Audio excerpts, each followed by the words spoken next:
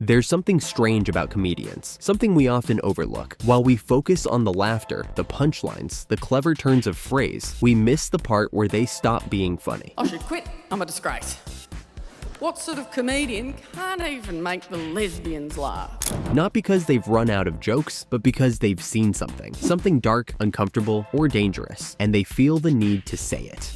I don't think life is that important. It's just not. It is not.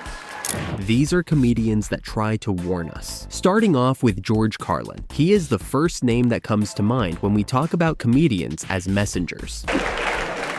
Now we come to the practical portion of our show. This is the practical stuff. This is where I actually give advice. Little tips and hints and suggestions on things that'll help the quality of life. Little things you can put to work almost immediately. In fact, some of you may be aware of my more famous tips from the past. How to get rid of counterfeit money? Put it in the collection plate at church. Towards the end of his career, Carlin's routines evolved into sermons. His monologues, especially in his later HBO specials, weren't just critiques of society. They were alarm bells. He warned people about consumerism, government control, corporate greed, and media brainwashing. He called out the education system for producing obedient workers, not critical thinkers. And while the audience laughed, it was nervous laughter, because deep down, they knew he wasn't kidding. Carlin was furious, disillusioned, and desperate to make people see what was coming. But instead of change, he got chuckles. Instead of action, he got applause. He wasn't doing comedy anymore. He was prophesying. Then there's Dave Chappelle, who at the height of his fame did the unthinkable. He walked away. I'm glad you're here. Everybody wants to know, why'd you walk away from $50 million? I wasn't walking away from the money. I was walking away from the circumstances with the newfound plateau. Yeah. It was completely outside of my frame of reference. I've been in show business since I was 14. I've heard the stories, seen these kinds of things play out in front of me. I mean, you see it before. Look, Mariah Carey made a $100 million deal, and 3 months later, she's all of a sudden mysteriously crazy. Or Martin Lawrence punches through, and he's waving a gun on the street screaming, "They're trying to kill me." Yeah, we hear those stories. And it always happens around the time of their career where it seems as though they're crossing over the next plateau. Yeah. It's incredibly stressful. Yeah. And I felt like in a lot of instances, I was deliberately being put through stress because, when you're a guy that generates money, yeah, people have a vested interest in controlling. In 2005, Chappelle turned down a $50 million deal and left his hit show behind. People thought he had lost his mind.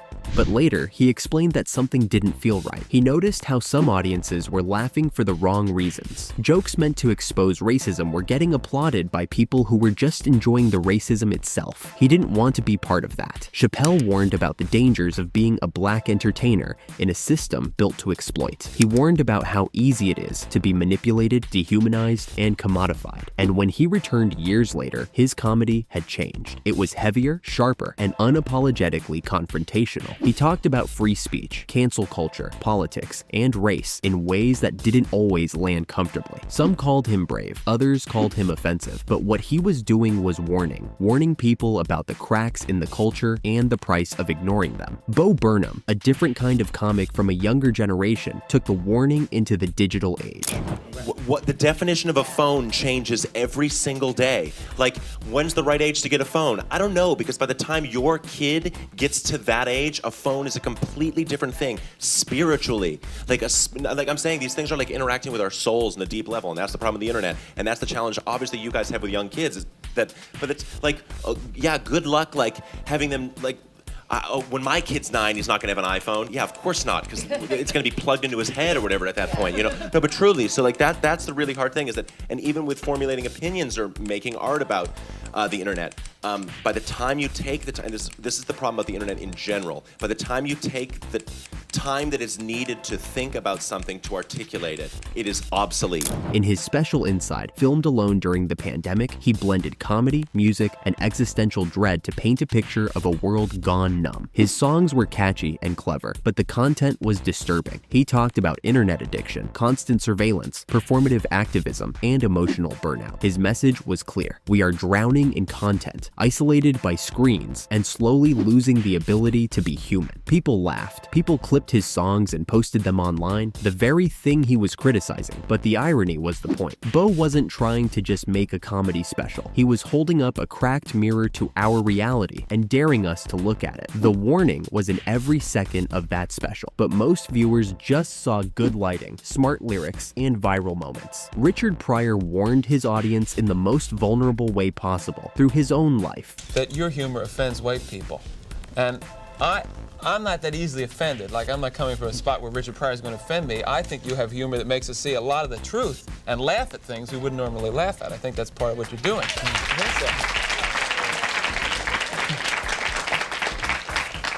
What do you think that these executives are afraid you're going to do to white America? Probably stop some racism. Stop racism? Yeah, I'm probably afraid of that, because then people don't hate each other, and people start talking to each other, and then they start talking to each other, they find out who's the problem. Pryor turned personal pain into performance, and in doing so, gave people a window into the soul of a man who had seen too much. His jokes about addiction, racism, and self-destruction weren't detached observations. They were cries for help. When he joked about lighting himself on fire while freebasing cocaine, it wasn't just dark humor, it was testimony. Pryor didn't just want to make people laugh, he wanted them to understand. Understand what it means to come from nothing, to battle demons, and to carry the weight of being both a black man and a public figure in a country that didn't care if you lived or died. His comedy was raw, unfiltered, and at times deeply uncomfortable. But that discomfort was intentional. It was the price of the truth he was offering. And then there's Hannah Gadsby, whose special Nanette shook the comedy world by doing the exact opposite of what people expected. I do think I have to quit comedy though. And seriously, and it's probably not the forum to make such an announcement, is it?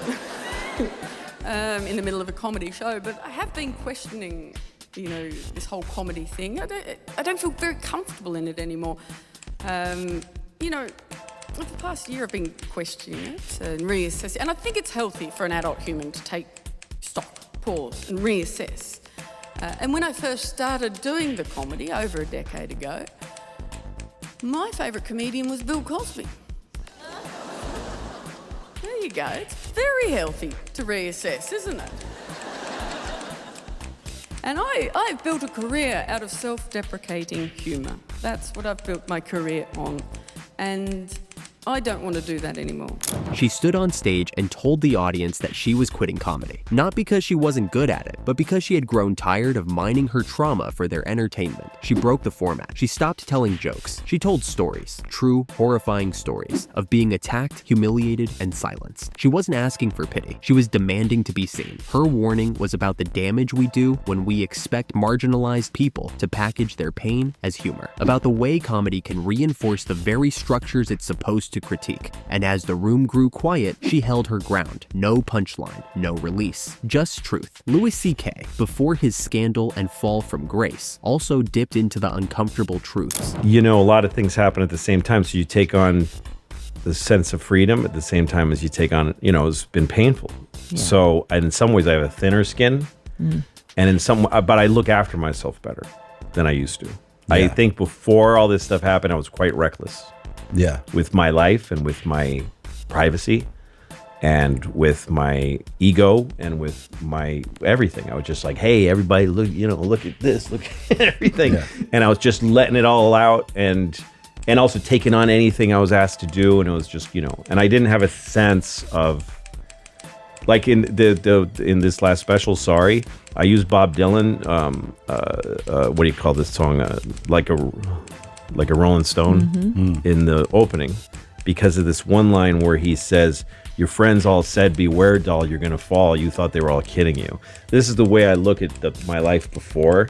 was that I just didn't think there was danger in the world. His comedy often revolved around how disconnected, entitled, and emotionally stunted people had become. He talked about how technology was robbing us of the ability to just feel. He painted a picture of a world addicted to convenience, numb to meaning, and terrified of silence. He warned us that we were losing something human. His jokes about cell phones weren't just relatable humor, they were quiet alarms. But like many warnings, they were laughed at and forgotten the moment the curtain fell. Why does this keep happening? Why do we miss the point when comedians tell us what's wrong? Because warnings aren't easy to digest. Laughter is. People come to comedy to escape, not confront. They want entertainment, not education. So when a comedian suddenly says something real, it feels like a betrayal. Make me laugh, don't make me think. But that's what great comedy does. It makes you think even when it hurts. A comedian's job isn't just to amuse, it's to observe, to see what's happening before the rest of us do, to turn chaos into clarity. When they warn us, they're not preaching, they're processing. They're saying, this matters. This is not okay. Pay attention. But paying attention is hard. It's easier to quote the joke than face its truth. Easier to turn a stand-up special into a meme than a movement. So those warnings become content, not catalysts.